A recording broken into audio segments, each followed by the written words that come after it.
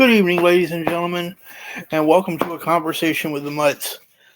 This is yet another dual simulcast between the Mutts American Crime and a conversation with the Mutts.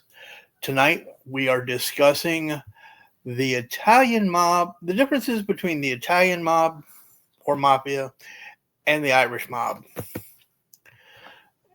And I've found that there have been a number of them. I am your host, by the way, the Celtic Mutt. And I am Mrs. Mutt. And we have found quite a number of differences, I think.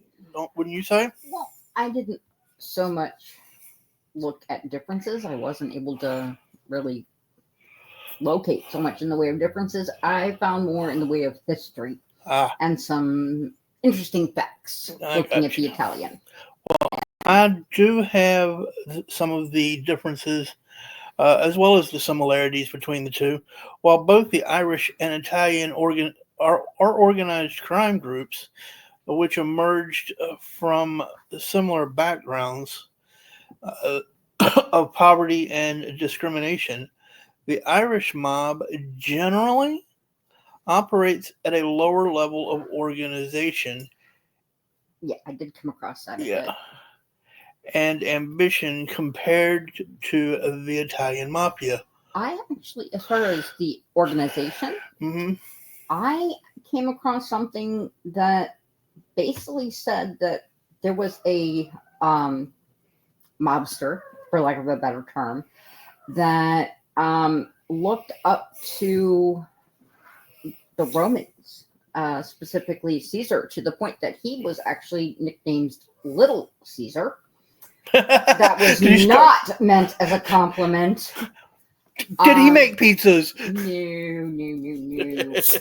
No. So he actually is the one that designed, shall we say, the hierarchy. Okay. And did so after the Romans. I got you. Well, I was going to finish what I had here real quick. No problem. Where was I? The ambition. The Italian Mafia often focuses on, the Irish Mafia, excuse me, in comparison to the Italians, often focused on, or does focus on, street gangs and local rackets rather than large-scale hierarchical criminal enterprises. The reason that the Irish mob or mafia was not as large as the Italians is due to a lack of organization. The Irish mob was more a collection of street gangs, while the Italians were more organized and more focused on big business, as I was just stating a moment ago.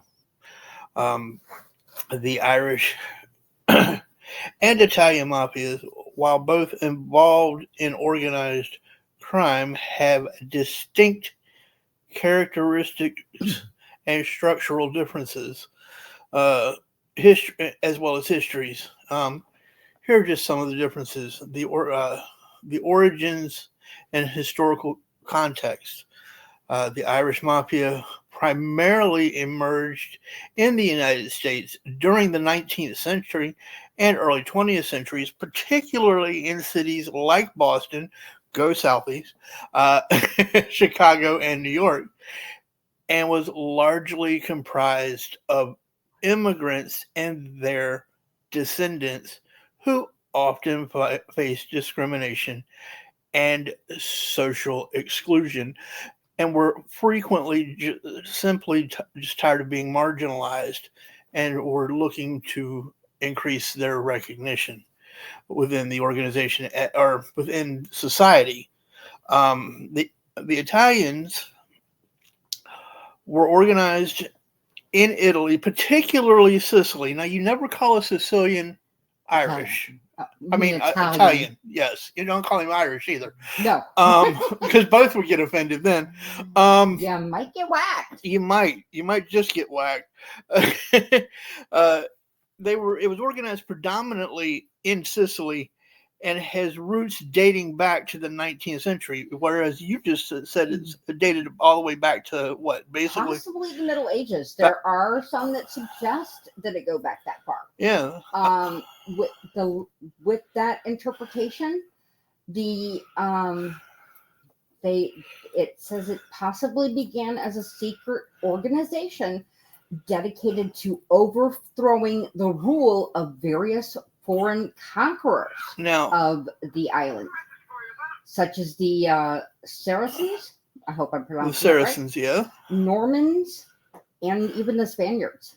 Now, you were talking about the different organizations. The Italians, the Italians are actually, they include several groups, such as the Costa Nostra, the Drangheta, I believe is how it's pronounced, and the Camorra, each with its own regional influences and characteristics. Right, and they actually credit, from what I've read, the Camorra as the origins specifically for the American Mafia. Ah, so it was the Camorra and not the La Cosa Nostra. Well, but they call, from what I came across, they call the American Mafia refers to itself as La Cosa Nostra. But it was more of the Camorra? But it was more based on the Camorra, is what I came across. I got you. Now, but going back to the origins, they say that it owes its origins to, and drew its members from, the many small private armies, or mafia, or MAFIE. Mafia, which is probably the root for mafia. Right, exactly.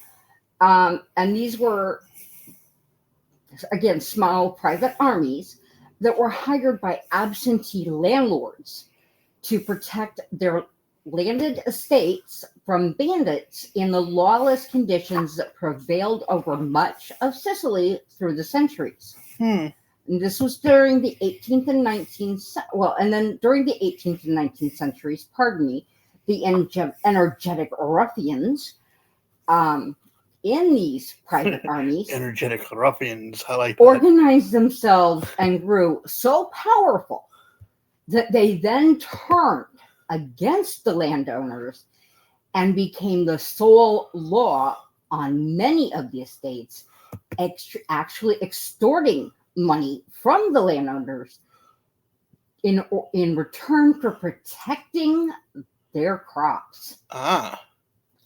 The mafia survived and actually outlasted Sicily's successive foreign governments because the latter were so deeply despotic that they alienated the island's inhabitants and actually made the moral code tolerable. And the code was based on omerta.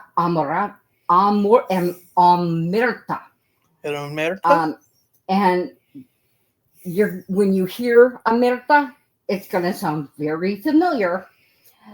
The obligation never, under any circumstances, to apply for justice to the legal authorities, and never to assist in any way in the detection of crimes committed against oneself or others.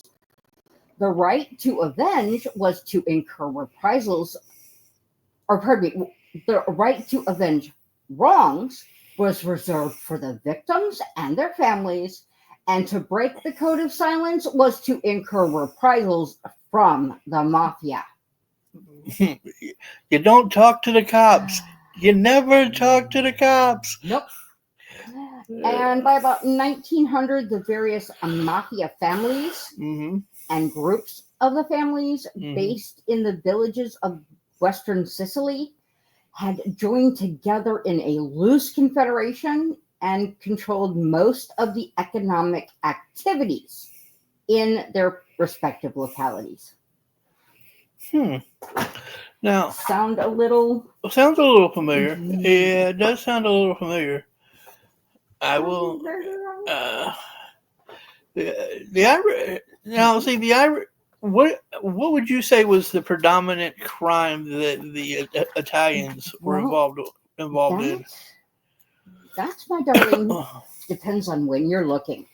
Okay. Um, 1 second here. See, I have it that they're currently within the 20th and 21st centuries engage in a wide range of criminal enterprises, including drug trafficking, human trafficking, strong influence in legitimate businesses, and can infiltrate various sectors of the economy. Well, like I said, it does depend on when you're looking. Right. Prohibition opened a huge door. I would imagine yeah. for both the Irish and the Italians. Yeah. After once that went into effect, it just really, it was perfect. It was, for lack of a better way to put it, a perfect storm. Well, it was easy money. And yeah, it was. You figure it just, in a lot of ways, they're predicting the same sort of thing possibly happening if the government outlaws cigarettes. Oh, well, cigarette smuggling is already a thing. Yes, but they're saying it worse if they outlaw them here. Yeah, I can see that happening. I mean, right now, it's because they can get them cheaper from a smuggler. Yeah. If they're outlawed, that's going to be the only real way, unless you can get somewhere to smuggle them in yourself. Well, tobacco it was and still is to some degree, are largely known for its tobacco crops. Yes. But when alcohol was declared illegal, whether it was the manufacturer or the manufacturing, the transporting, or the sales, you had a huge demand, and you had a lot of law enforcement and judges that just kind of went, I don't see anything, with their palm out. Right. Because they didn't really feel it was truly illegal. And it was just an opportunity for them to, make a little, because they didn't really see it as illegal. And some just didn't see it as illegal and overlooked. I won't say everybody that, had their palm out. Gotcha. But once that was repealed, things shifted. They abandoned bootlegging and settled into things like gambling, labor racketeering, loan sharking. Since they couldn't do it with the alcohol, they shifted to narcotics. Yeah. And prostitution rings. I know the Italians at one time had a no illicit or narcotics rule. Right. And that's changed after Prohibition. Well, going back to even like we were talking about with La Franza heist. Yeah.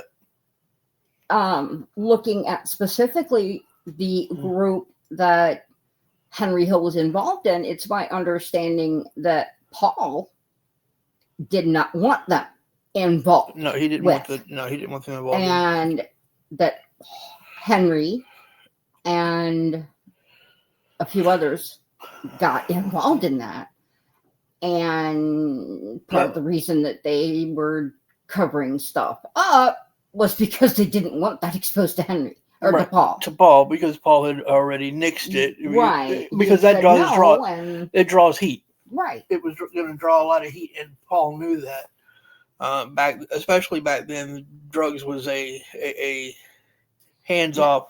They did it. They actually grew Italians actually grew to be the largest and most powerful of the U.S. syndicated crime organization. Mm-hmm. And what it did is it actually reinvested the profits that accrued from the crime into legitimate businesses such as hotels, restaurants, and entertainment venues. Mm-hmm. And I would imagine that in addition, or in entertainment ventures, pardon me, I would imagine that in addition to those bringing in some money on their own, they also help to launder.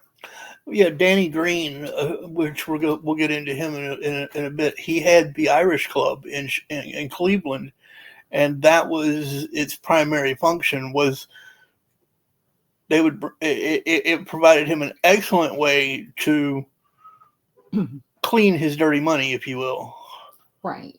Now, this actually also says that investigations conducted by our government our governmental agencies in the 50s and 60s revealed that the structure of our mafia was very similar to that of the Sicilian prototype. Well, that makes sense. Right. Mafia operations were conducted by some 24 groups or families throughout the country in the 50s, or from the 50s, pardon me.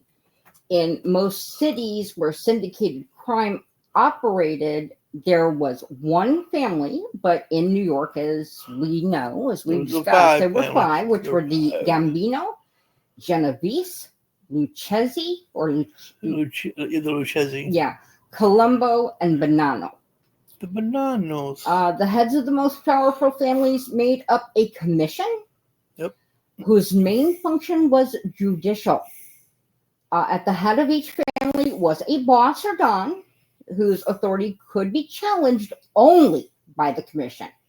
So if they made if the boss or don made a decision, the only person or only way it could be challenged was the commission said, Yeah, they had the don, then they had the underboss, then they had lieutenants and cap, and right. And I was going to go capo. Into that. Yeah. Each don had an underboss who functioned as a vice president or deputy director, mm-hmm. and the consigliere, who was or counselor, who had considerable power and influence. Below the underboss were caporgem, the capos, which those were basically lieutenants. Yes. They acted as buffers between the lower echelon and the don himself, protecting him from too direct association with the workers or with the organization's illicit operations. The lieutenants supervised squads of soldiers who often had charge of one of the family's legal operations, such as vending machines, food products, companies, or restaurants, or illegal operations involving prostitution, gambling, or narcotics. Now, by the late 20th century, the mafia's role in U.S. organized crime seemed to be diminished. This was because of convictions of top officials, defections by members who became government witnesses, and murderous internal disputes thinned by the ranks. Yeah, there were a few of those. Yeah. In addition, the gradual breakup of insulated Italian Sicilian communities and their assimilation into the larger American society. So all of that effectively reduced. Thank you for spilling that onto my shoulder, little girl. Reduced the traditional breeding ground for the prospective mafiosi. Well, I still had sorry. No, you're fine. You're fine. I still had some of like the cultural differences in the ethos. Would you like me to go through those? By all means. like with the Italian Mafia, uh, they often emphasize a sense of community and loyalty among members, predominantly enforced by your capos and your soldiers and your yes. They are often sometimes romanticized in media, linking it to themes of family and heritage. Now, that's actually the Irish. I'm sorry. That was the Irish. Whereas the Italians, I had it reversed. I'm Wait a sorry. minute. What? Go on. What? Is that sounding like you had it right? It was that the Irish Mafia often emphasizes a sense of community and loyalty among members. They are sometimes romanticized in media, linking it to themes of family and heritage. That is very much an Irish thing. Heritage and family are huge with the Irish. With the Italian Mafia, it has a strong cultural identity tied to its Italian roots, often featuring codes of honor and family loyalty. Both have a strong family loyalty tie. The Italian Mafia is often portrayed in media as having a more glamorous or sophisticated image compared to the Irish. Look at Boondock Saints. Yeah, if we're going to speak, if we're going to go cultural for a minute, look at the Boondock Saints. You had two Irish brothers who. I actually haven't watched that. You haven't seen that? No. Oh, well then I won't give any spoilers away. But it is it has very strong family ties. The Black Dahlia is another one. Or the Donnellys, the Black Donnellys. I was gonna say the Black Dahlia, no. No, the Black Donnellys. I'm sorry, that was on me. The Black Donnellys, which was about the Donnelly family, which I have not. Are out of Boston. Somewhat historical. You'd have to catch the movie, but it definitely had some Hollywood glamorization done to it.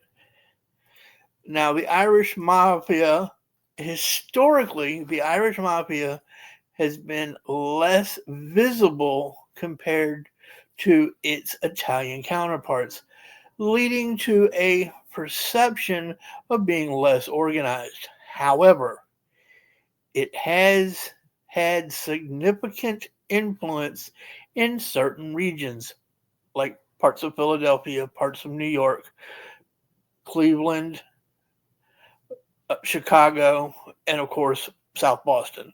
The Italian Mafia, more notorious and widely recognized due to the high-profile cases, movies, and books that depict its activities, law enforcement agencies around the world have dedicated significant resources to combating Italian organized crime. I think they've put a target on their back. Now, geographic influence is another big thing. The Italians primarily are active in the United States, specifically in cities with large Irish populations, like I was just discussing. Mm-hmm. The Italians operate globally with significant influence, not only in Italy, but also the United States, Canada, Australia. I can't imagine an Irish mafia in Australia. I wish Dan were here. He's in New Zealand, but that's close enough to Australia that he would probably say that they had some organization down there as well, and other countries. I don't know if Frank's still in here or not. Hello, if you are. In conclusion, while both the Irish and Italian mafias are involved in organized crime, the differences in structure, history, and activities and cultural identity highlight the diverse nature of organized crime in different communities. Now, I know that the big thing in the 70s was the Irish Italian Mafia War, which was predominantly over the Javits Center that the one of the five families wanted control of, but the Irish mob, because of their ties to the unions, was fighting. Right, but that is not at all the first time. Oh no, it wasn't the first time, but that was in modern times. It was the most recent. Unless you found something more recent than the 1970s. Even right after that. Okay. So let me back up, and we'll go. If you don't mind, we can start further back and work our way forward. Yeah, well, let me know when we get to the Irish Mob War. I will definitely do that. Yeah. Well, this is the Irish Mob versus the Italian Mafia. Oh, this is all between the two of them. Well, solely between the two of them. Yes. Okay. Well, I focus specifically on the one in the 70s. Right, and we'll move from 1910 to 19 and. The first event I have is 1910 to 1925 between the Irish White Hand and the Sicilian Black Hand, and then we'll move forward. Yes, the White Hand, Black Hand. This is New York City waterfront. This is the first big mob war to break out between them. And again, this took place in 1910 to 1925. So 15 the years. Irish mobsters were under the lead of Vinnie Meehan. They had early control of the New York waterfront. They had severe hatred for the influx of the young Italians that were starting to flood the country. They were going to defend their territory until the death. And sure enough, the Italians were quickly moving into the racket. Well, you got to figure they'd been here since the Irish had been here since the potato blight of 1845. Right, but that doesn't mean the Italians hadn't been here before that period. But that was, they had it. You're right. I understand that, but it's just that this is when they saw the big influx of them coming into New York. The Italian mob, back at this time, were often referred to as the Black Hand Gang. So in response, Meehan and the Irish crew became the White Hand Gang. Things got violent quickly between the two groups, and Meehan was murdered in 1920. He was replaced by the notorious Wild Bill Lovett, who had wars going with the Italians and even against fellow Irish gangs. Street gang stuff. Yeah. Wild Bill only lasted until October of 23, when he was beaten and shot to death. The killings of both Lovett and Meehan went unsolved. Frankie Yale was suspected in both cases, but police also pointed to the possibility of fellow Irish gangsters being involved. The White Hand gang was hurt, but they weren't ready to give up. So they rallied behind their ambitious and ruthless new leader, Richard Pegleg Lonergan. Pegleg immediately declared war against the Italians. He was up against the likes of Yale, which I have more information on Yale and with another article I have. Joe Adonis, Albert Anastasia, Vincent Mangiano, and dozens of other dangerous killers. Lonergan was up to the challenge and upped the ante by muscling in on more waterfront territory. He was brash and daring and downright foolish, but he felt strongly that he could take on and defeat the massive force of the Italians. It came down to a bloody end for the White Hands on the day after Christmas of 1925. Pegleg and five of his lieutenants. What? Basically 100 years ago. Yeah. Wow. Pegleg and five of his lieutenants showed up on Joe Adonis's social club, or at Joe Adonis's social club, causing trouble. They were ambushed, and Pegleg and two others died. The other members were shaken and refused to cooperate with authorities. They did not regroup, however, and the White Hand Gang were soon extinct. The next was right on its heels. This is the New England Mafia and the Guston Gang. Prohibition in Boston. During the first decade of bootlegging, the Irish mob controlled the profits in Boston. So they had the upper hand in Boston at this point. The premier gang was known as the Guston Gang, and their leader was Frank Wallace. They were based in South Boston. Selfie. An area which has always been predominated by the Irish mob. The Gustons were a strong unit because of their ruthlessness and their vast influence with local politicians and law enforcement. Wallace and his brother Steve created the group in the 1910s. They were involved in gambling, loan sharking, and robberies back in those days. Prohibition was fantastic for the brothers as they found their earnings skyrocketing.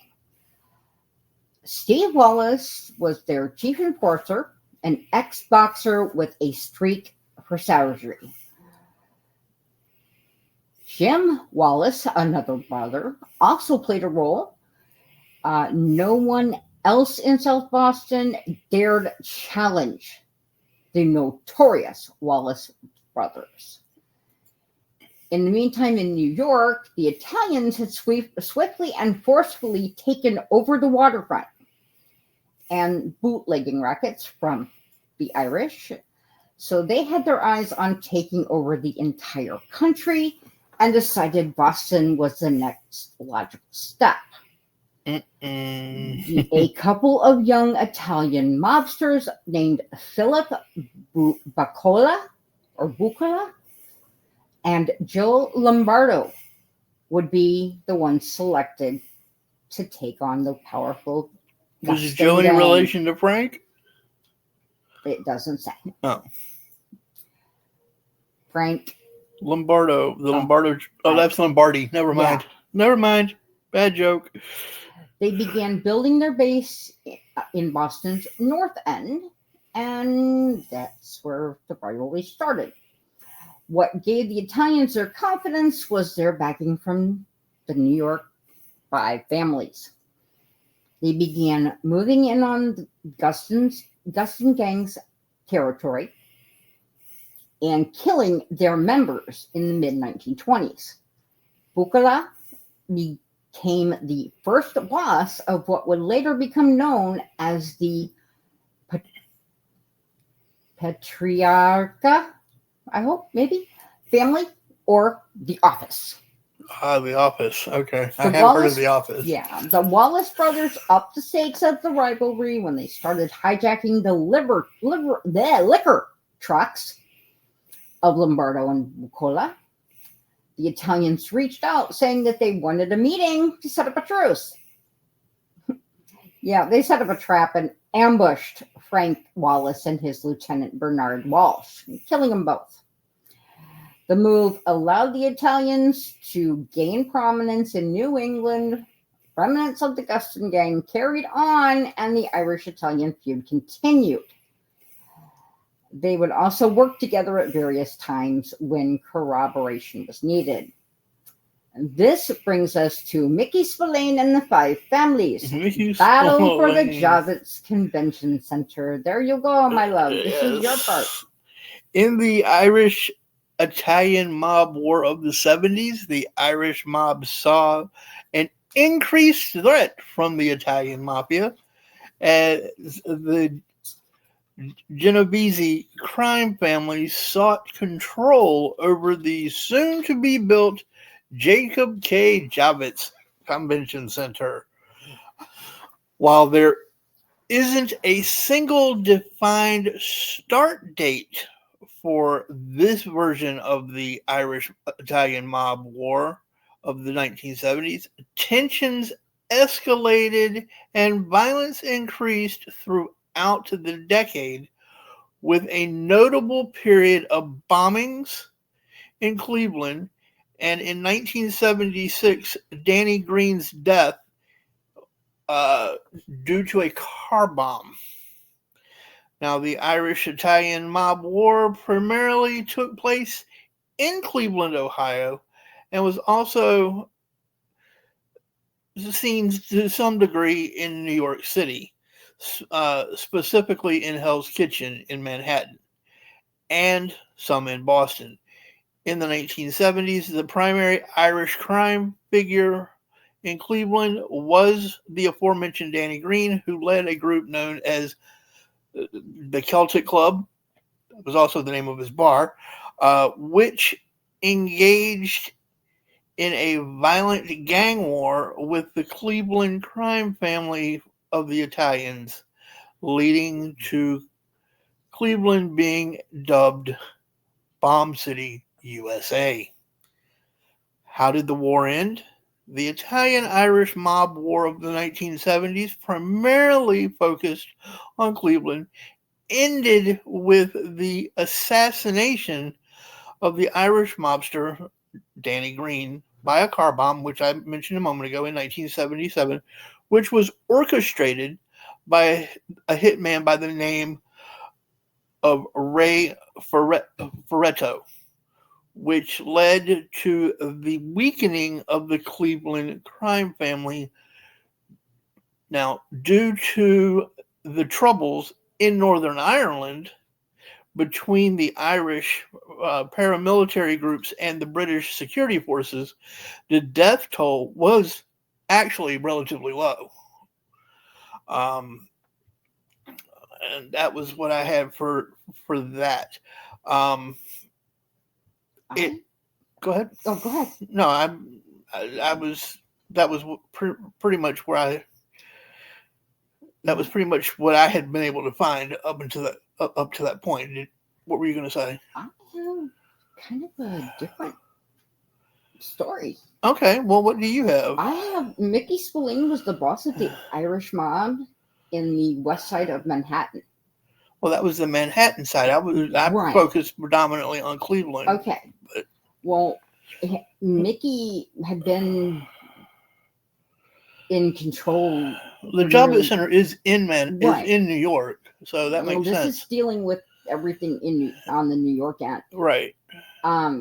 Mickey was the boss of the Irish mob in the west side of Manhattan for nearly 2 decades. So he controlled a crew of 25 to 30 loosely affiliated guys in the neighborhood known as Hell's Kitchen. For most of his reign, he was able to coexist with the Italians, and they basically allowed him to operate freely on his turf. He did poke the bear on many occasions. He sometimes kidnapped mafia members and held them for ransom. Sometimes. The Italians sometimes used the West Siders for jobs, so they considered these kidnappings acceptable losses? Just the cost of doing business. Acceptable losses. Yeah.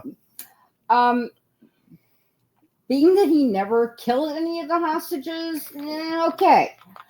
In the late 1970s, the construction of the new Jacob Javits Convention Center on the west side, that just changed everything. The project was huge, and it was square in Spillane territory. Mickey made the mistake of expecting the mafia to respect that. He offered them a position as junior partners. In New York, he's going to allow the five families to be Yeah. junior partners. Okay. The Irishman with 25 to 30 loosely affiliated guys is going to offer the five families a position as a junior partner. Or position, yeah. Spillane was known to have. He's got balls. Well, yeah, yeah. He greatly overestimated his power by making such an offer. His gang had 24 guys, while the Italians numbered in the hundreds. What came next was an absolute wipeout.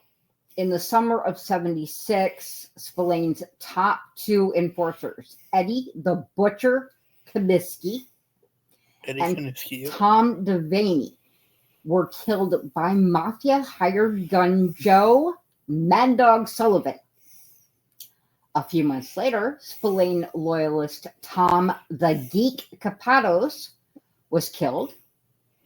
Spillane saw all of this and smartly moved his family out of Manhattan to Queens, where he was hiding out. On the night of May 13th, 1977, someone rang the Spillane doorbell. Mickey said goodnight to his son and went downstairs.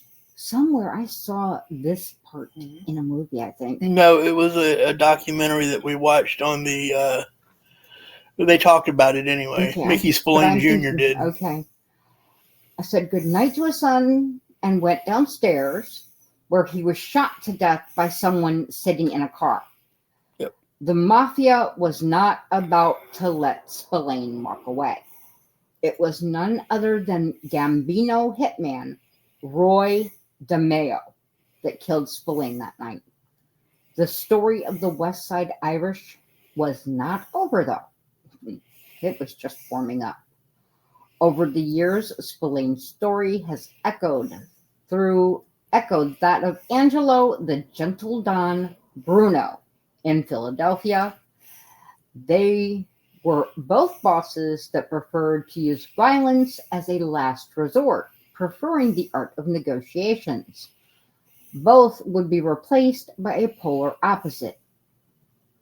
Jimmy Coonan in Hell's Kitchen and Little Nicky Scarfo in Philadelphia. Nicky Scarfo. These were two of the most violent men in the history of the American Mafia. The reason I said Nicky Scarfo, I believe the movie Scarface is based around Scarfo. Okay. Has nothing to do with the names. I believe that's the case. I wish I'd had more time to double check that, but I believe that was who the movie was based on. That took us to 77. Immediately from there, we go to the Westies and Gambinos make a deal. The meeting at Tommaso's, which runs from 77 to 87. So for 10 years, okay. Yeah. So we go Jimmy Coonan as a young, ambitious gangster in the 70s who had set out to replace his rival, Mickey Spillane. Spillane had once smacked his father around and extorted his accounting business when Jimmy was a kid. After Spillane left town, Coonan took over the neighborhood and the group became known as Westies. He teamed up with the ultra-violent Gambino soldier, Roy DeMeo. Coonan was reckless, though. He killed a major Italian loan shark named Ruby Stein, maybe the biggest loan shark in New York. After luring Stein to his bar, Coonan and his buddies cut up Stein's body and dumped it into the Hudson River.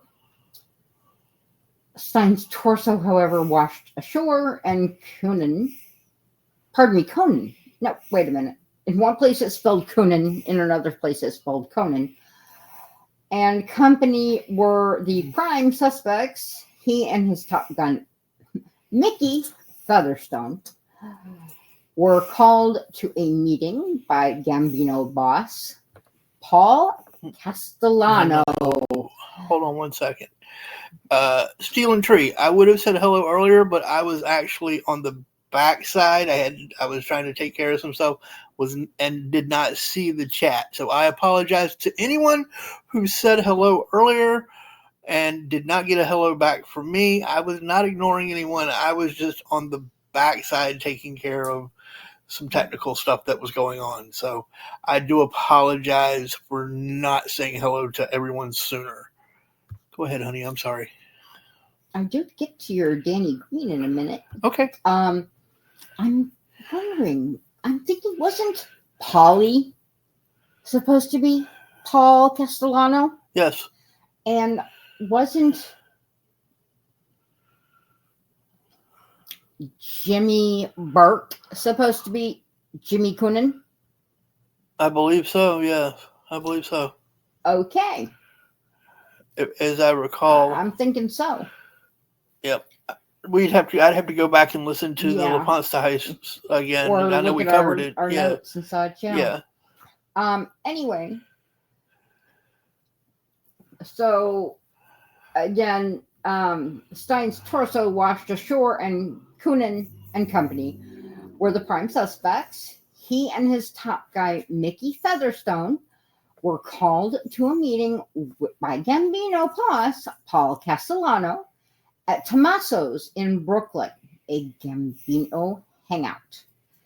They feared they'd be killed, but somehow DeMeo was able to convince Castellano that the Westies were worth more to them alive than dead.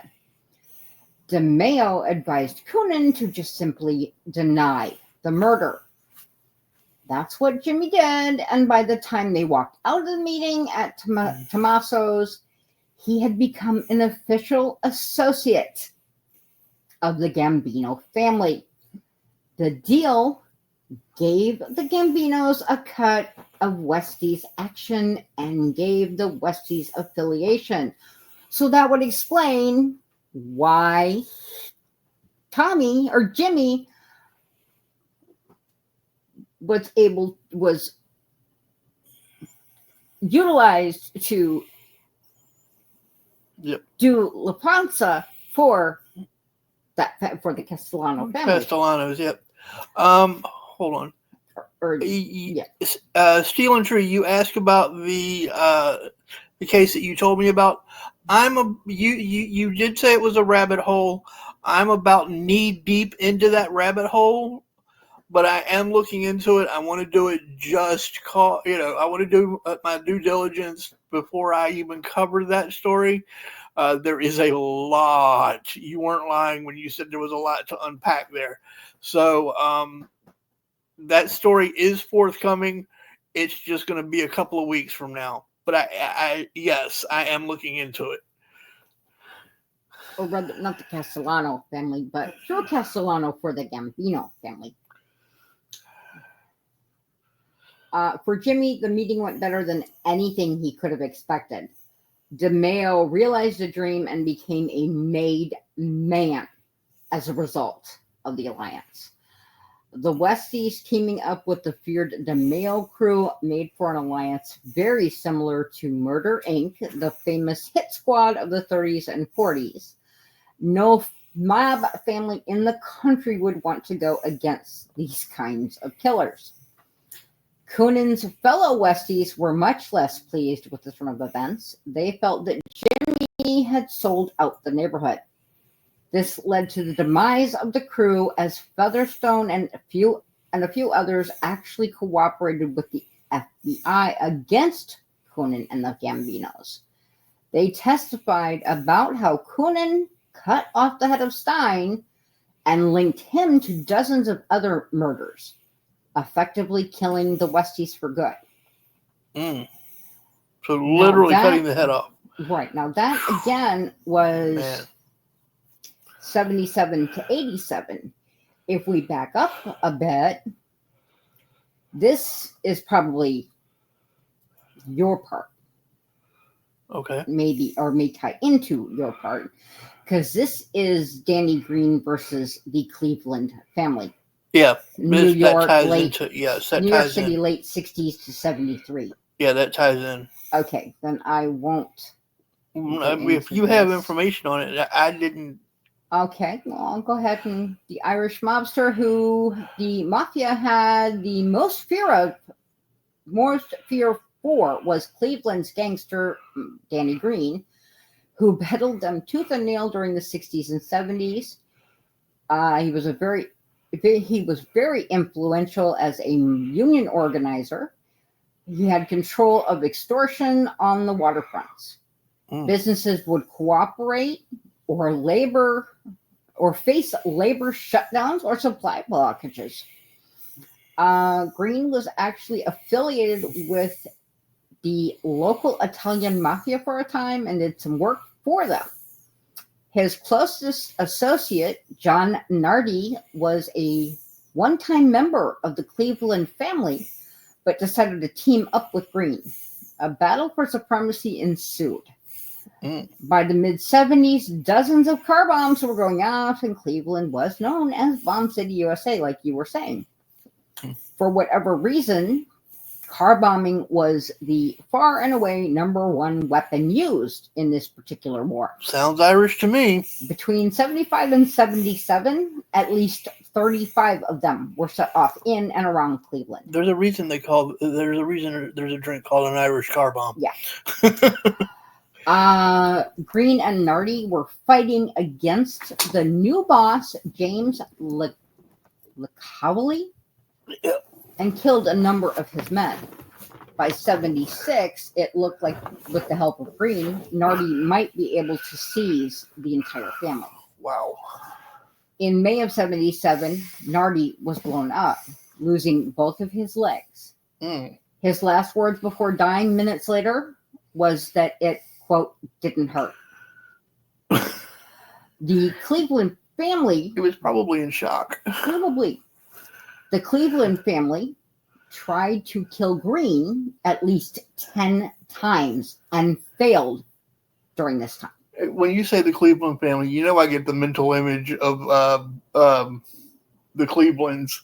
Yeah, Cleveland Brown and his family from Family Guy. Yes, I get and that. The Cleveland Show. Yes, the Cleveland Show. I keep getting Once that. you said image. that, I suddenly saw Cleveland's face. Yeah, but that is his first name, not last name. Yeah, I know, but just that face popped into my head.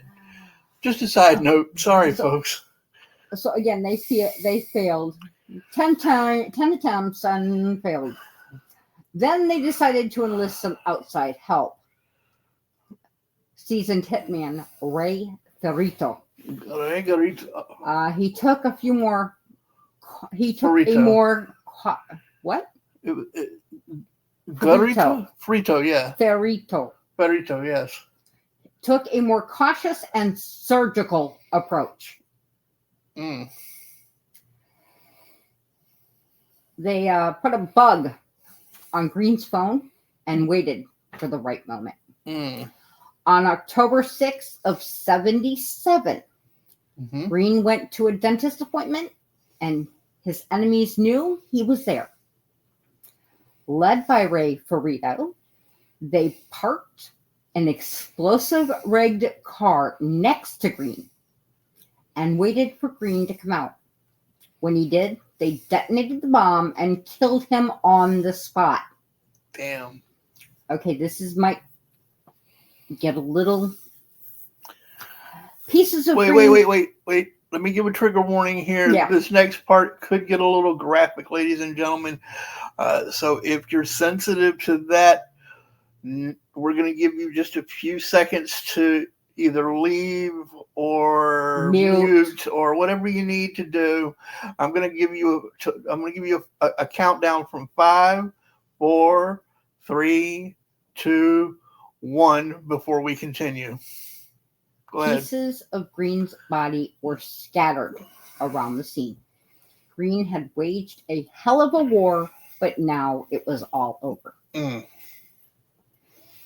pieces of green. So instead of it's raining men, it was raining green? Yeah. Damn. Let the bodies hit the floor. What pieces of body? Hit the floor, yes. And the windshield. And the yeah. Sorry. Not funny at all, but we were talking about those two songs earlier, so that's where the reference comes in. I'm sorry. He had been playing let the song. Let the bodies hit the floor. And I had seen a meme that had said it's all in perspective. Yep. One man's let the body hit the floor, or one person's let the body hit the floor, is another person's it's raining men. Yeah. Yeah. So we were having that discussion on perspective, and that's where that came from. So anyway. So next is Winter Hill versus Patriarcha. The Winter Hill Gang. That would be Whitey Bulger, I believe. So this is New England Mob, and this is 1960s to 1980s. That's, Whitey Bulger. This was one where the Irish truly got over on the Italians, but not without some serious outside help. Yeah. The mainly Irish crew known as the Winter Hill Gang was created in the 50s, a couple of decades after the Guston Gang disbanded. The Italians had been in charge in the years since, but the Winter Hill crew were about to push the Irish back to the top of the organized crime in Boston. The office is based in Providence, Rhode Island, and was run by the longtime boss, Raymond Patriarcha Sr. They had a working relationship with the Winter Hill Gang, often using them for jobs. Patriarcha also got a cut of what the Winter Hill members were making for many years. In turn, Winter Hill was basically able to expand throughout Boston, mostly unchallenged. So they were paying tribute. Yeah. Yeah, that's why they were able to expand. When Whitey Bulger and Stephen Flemmy took over Winter Hill in the 70s, they continued the association. What the office didn't know was that Whitey and Flemmy were FBI informants. The FBI wanted the Italians and were unconcerned about the Irish mob. A dirty deal was struck between Bulger and the FBI agent, who was once just a young neighborhood kid that Whitey protected. Yep. We had that talk, remember? We talked about that? Yeah, I think we were watching the video. Yeah. What was it? Prime? That was, I can't remember the name of the show, but they looked at several different, Yeah, he basically was a dirty FBI agent and was working with Whitey. Right, I think that's Angiulo. Yeah. No,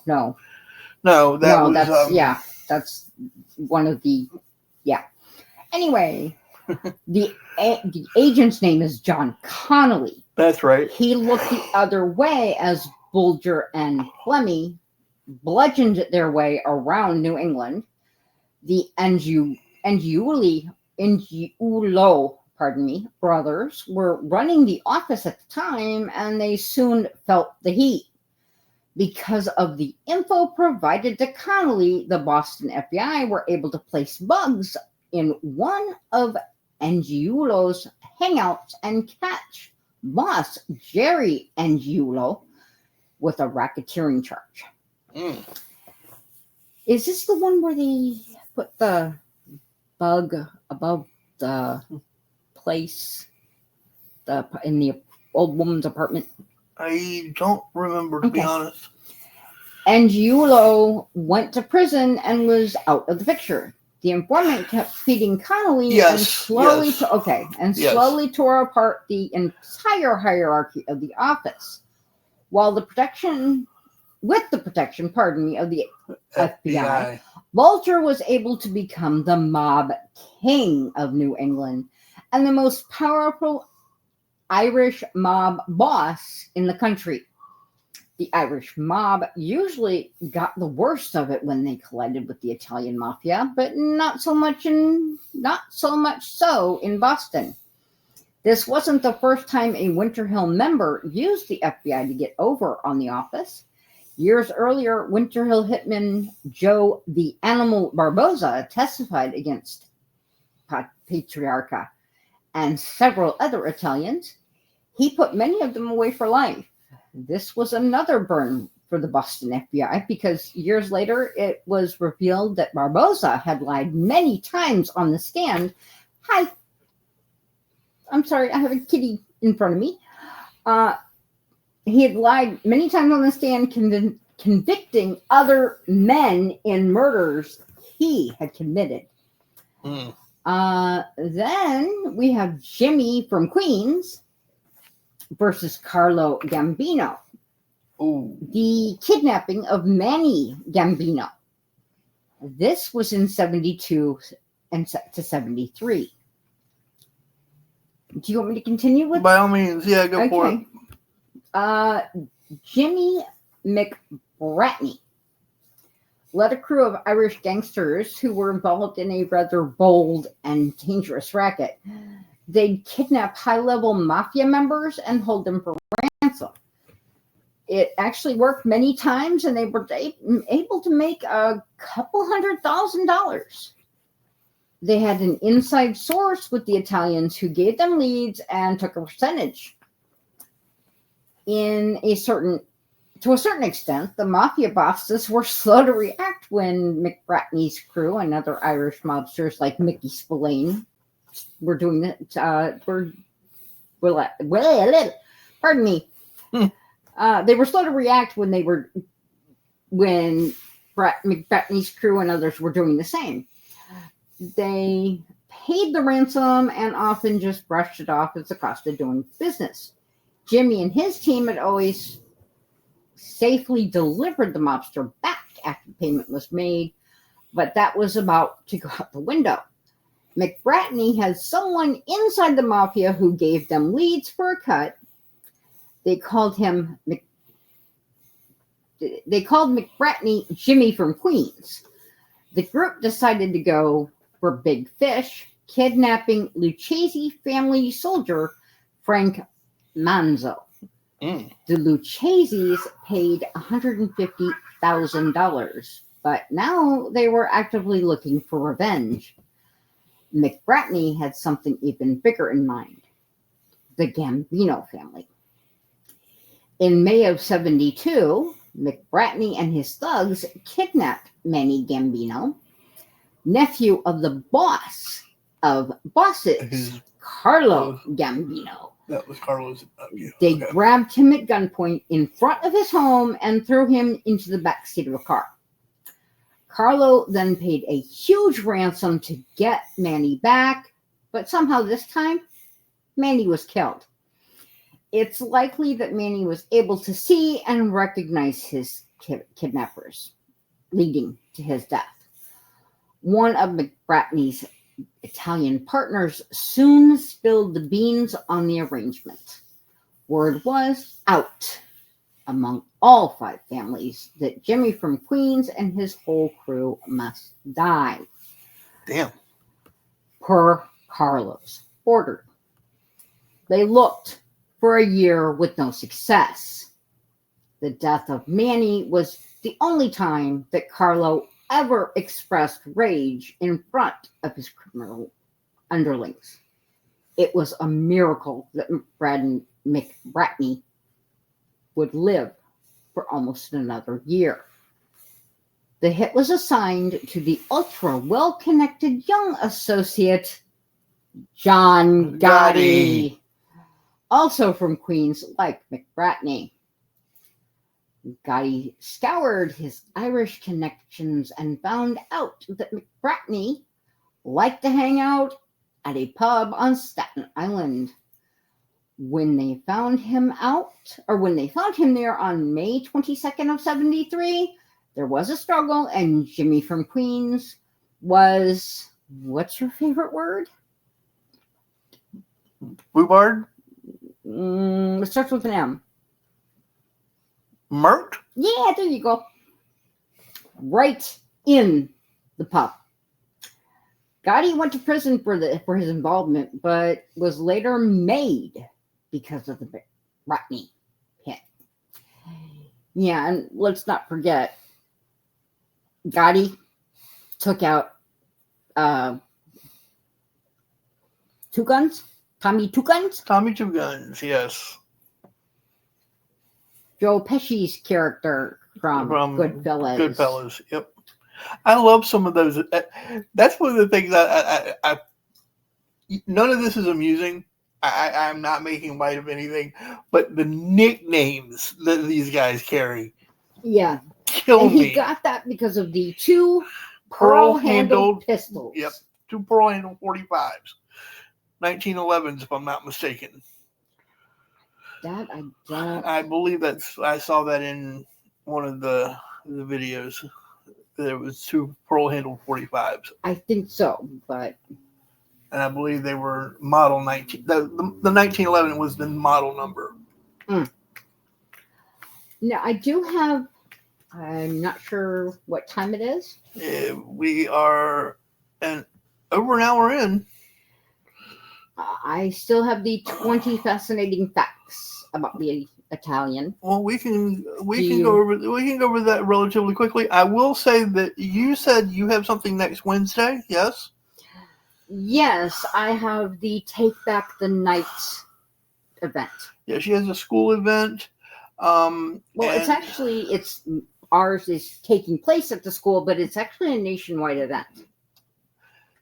Long story short, she will not be available. I will probably be escorting her to and from the event, but I am going to do a pre-recorded show. Completely off topic of what tonight's is. I'm going to compare the Wonderful Wizard of Oz, the book, to The Wizard of Oz, the movie, and do some of the notable differences. Let's go on a slightly lighter discussion topic. This is because I made him watch The Wicked. Yes, Wicked, pardon me, not The Wicked. Wicked. Yes, she made me watch Wicked, so now I'm going to do a... I'm going to torture him more when the second part comes out. Yes, she is.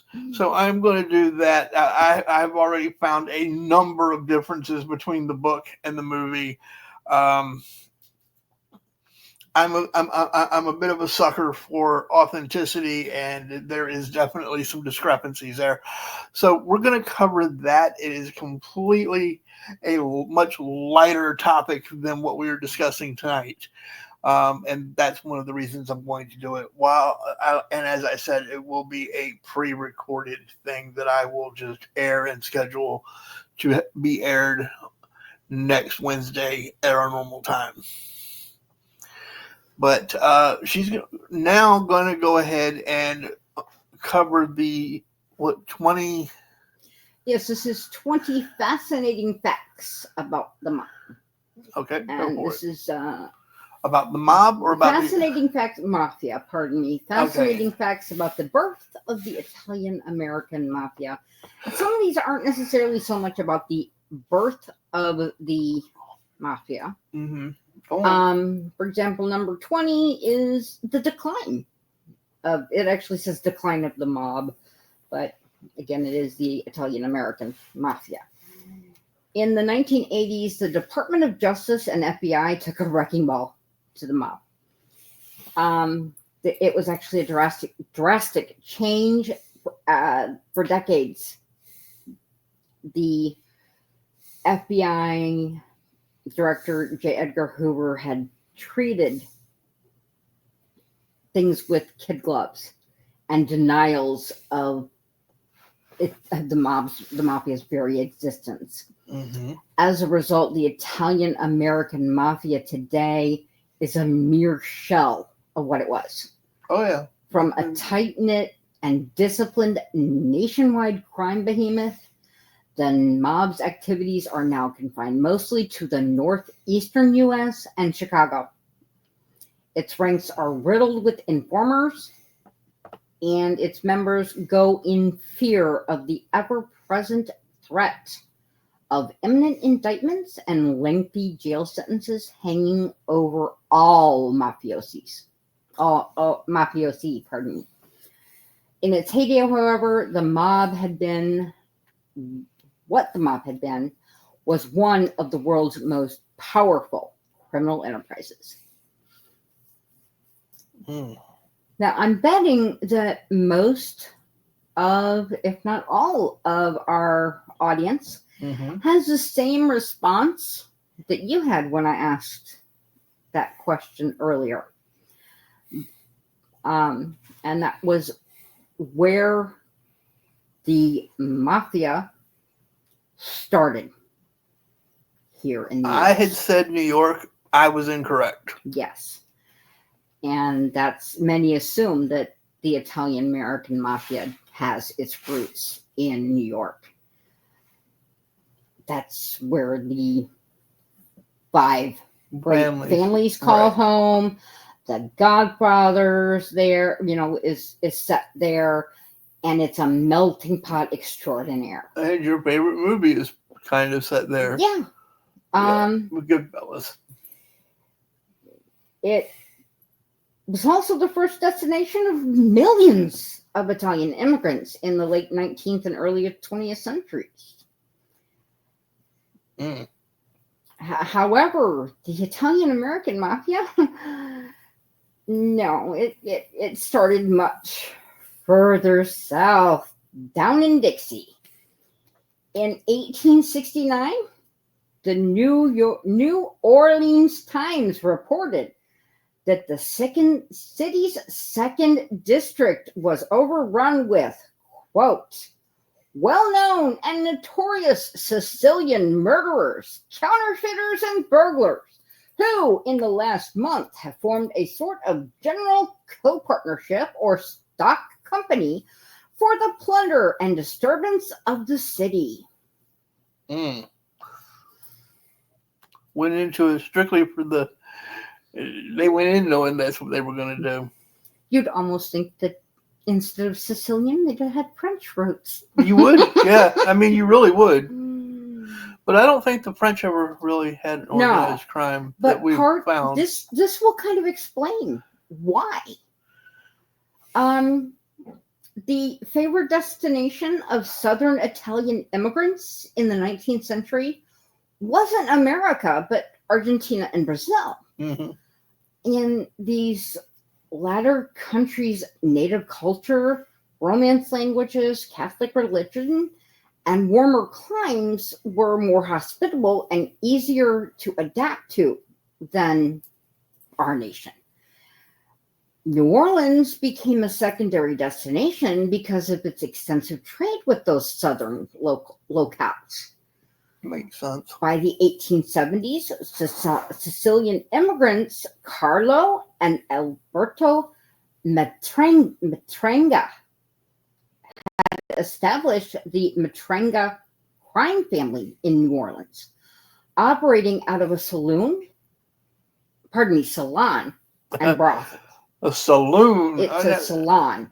Okay, but I would... A salon and brothel? Yeah, in 1870s. Okay. It's a salon. Okay. Well, they did call things salons that do not mean like hair salons. Right. They expanded their activities from prostitution to labor racketeering and a lucrative extortion racket known as the this Black Hand. There we are with the Black Hand again, ladies and gentlemen. They also collected tribute from Italian laborers, as well as from rival Italian crime family, the Provenzanos, who monopolized South American fruit shipment. Anything can be sold as long as you can make money on it. This will explain something as well. And didn't you say that the Irish take on law enforcement. Wasn't there something about that you said? Yeah, they were known to challenge. Yeah, and not so much with the Italians. Right? This will explain why. In the 1880s, the Matrengas warred with the Provenzanos over control of New Orleans, of the New Orleans waterfront, actually, with each family bringing in more and more mafiosi from Italy. Mm. The violence actually spilled over, putting pressure on the authorities. New Orleans police chief launched an investigation into mafiosi activities, only to be assassinated for his troubles in 1890. You want to look into us here? Let me show you how that ends. Hmm? It was like, you want to look into us here? Let me show you how that ends. Unable to identify his killers, he stated, quote, "The Dagos shot me," The Dagos. before he breathed his last. Mm. The assassination created a backlash. The 19 New Orleans mafiosi were arrested and prosecuted. In a first trial of 9, the defendants successfully tampered with the jury. Despite ample evidence, 6 were acquitted and 3 had hung juries. As seen below, the public reaction was drastic.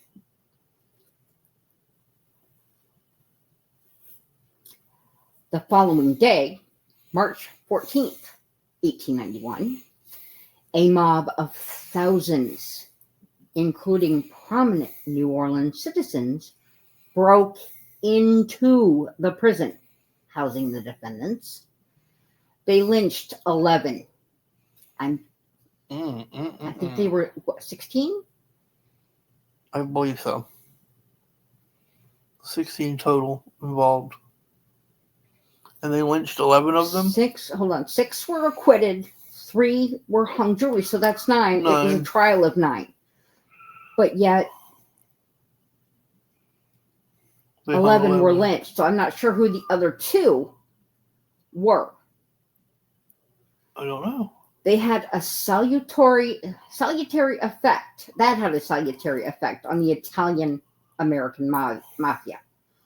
Unlike Sicily and even southern Italy, where criminals could brazenly defy the authorities in society with little to fear from either. Yeah, it was different here, with limits with what criminals could get away with. From then on, the mob adopted strict rules against targeting law enforcement, to the point where there were even preemptive killings of colleagues seeking to go after cops or prosecutors. The cops are off limits. As are, like it said, prosecutors, so you can't even go after DAs. Mm-mm. I'm sorry, were you going to say something? No, I was agreeing with you. In the early 20th century, Italian criminal gangs had formed in the Northeast, most notably in New York City, as America became increasingly attracted to Italian immigrants. They were small-scale operations, little different from other New York City gangs, generally operated in Italian neighborhoods and preying upon Italian immigrants. That changed in 1920 after passing the 18th Amendment and the introduction of prohibition, banning the manufacture, transport, and sale of alcohol. Making alcohol illegal did not reduce the high demand for the alcohol, and it simply created an environment for widespread tolerance of crime in order to provide the thirsty public with the booze it created. Essentially, Prohibition just took a major American industry hitherto operating legally and created a gift to organized crime. Mm.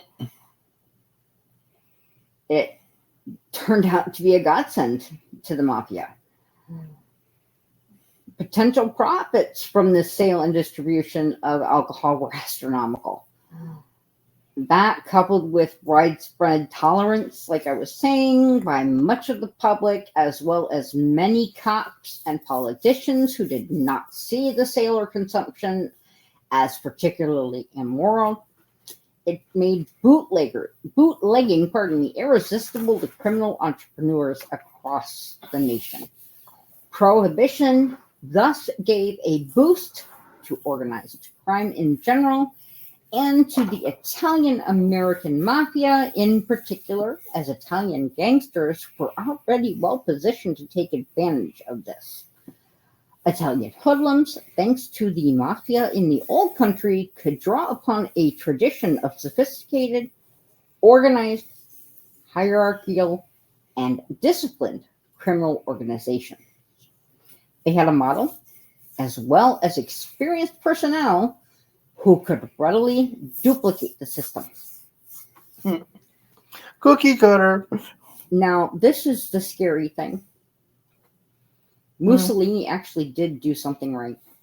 Oh, really? Yeah. Okay. Prohibition, just as prohibition produced a business boom for organized crime in the U.S., yeah. and the Italian American Mafia in particular, yeah, Benito Mussolini and his fascists came to power in Italy.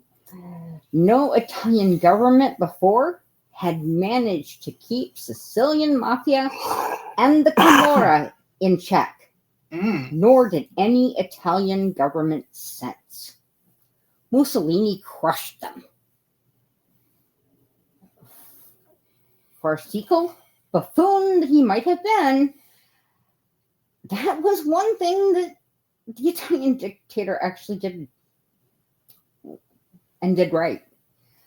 The Sicilian Mafia and Camorra throve and still do in Italy's corrupt political culture.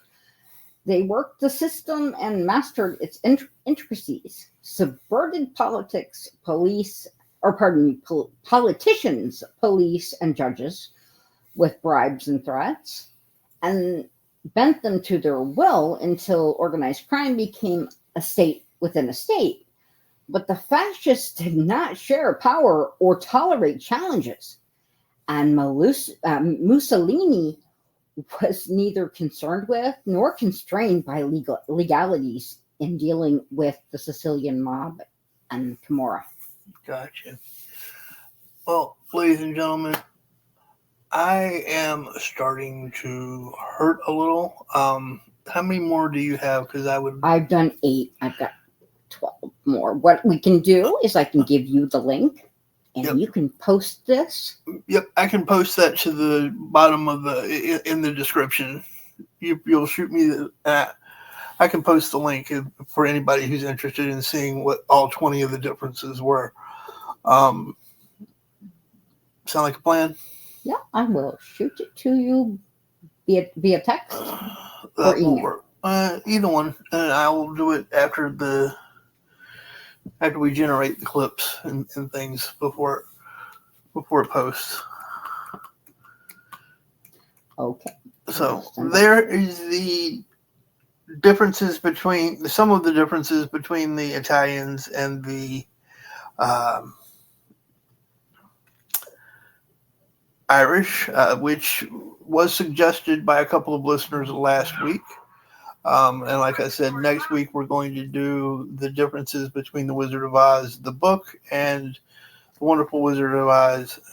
I believe I may have that reversed, but between the book and the movie. And for that, you can thank Mrs. Mutt for making me watch Wicked and finding out that the name that they gave the girl in the movie for the Wicked Witch is not correct, according to the book. And I did not realize that Glinda had a sister and she also had a secondary name, which is not mentioned. Wait a minute. Glinda had a sister. Yes, the witch of the South, the Good Witch of the South, was her sister. Oh, okay. At least according to what I read earlier. So there will be some things in there. I've always kind of been fascinated with the movie.